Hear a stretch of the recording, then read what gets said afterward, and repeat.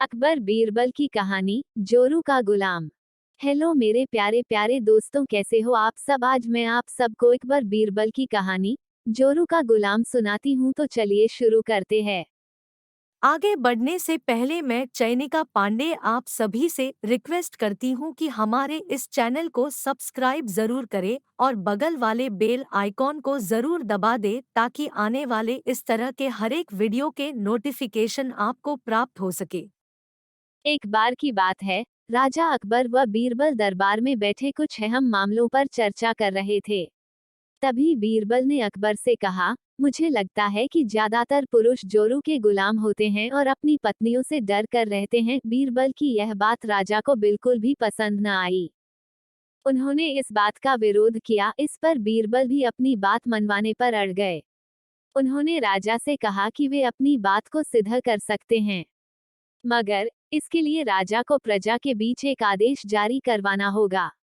वो आदेश ये था कि जिस पुरुष के अपनी पत्नी से डरने की बात सामने आएगी, उसे दरबार में एक मुर्गी जमा करानी होगी।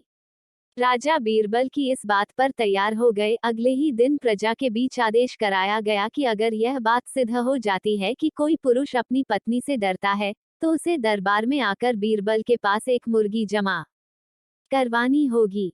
फिर क्या था, देखते ही देखते बीरबल के पास ढेरों मुर्गियां इकट्ठा हो गईं और सैकड़ों मुर्गियां महल के बगीचे में घूमने लगी। अब बीरबल राजा के पास पहुंचे और बोले, महाराज, महल में इतनी मुर्गियां इकट्ठा हो गई हैं कि आप एक मुर्गी खाना खोल सकते हैं।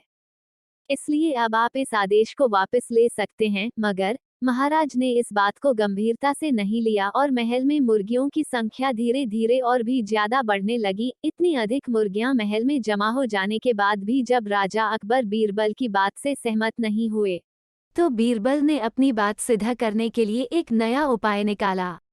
एक दिन बीरबल राजा के पास गए और बोले, महाराज, मैंने सुना है कि पड़ोस के राज्य में एक बहुत की खूबसूरत राजकुमारी रहती है।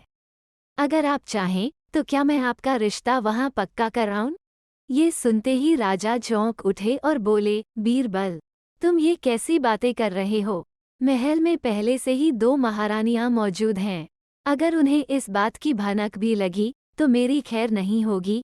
ये सुनकर बीरबल ने तपाक से जवाब दिया, चलिए महाराज, फिर तो आप भी मेरे पास 2 मुर्गियां जमा करा ही दीजिए। राजा बीरबल का ऐसा जवाब सुनकर शर्मा गए और उन्होंने अपना आदेश उसी वक्त वापस ले लिया। कहानी से सीख।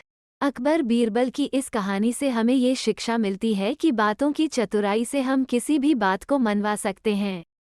जरूरत है तो बस बीरबल की तरह चतुराई से अपना पक्ष रखने की।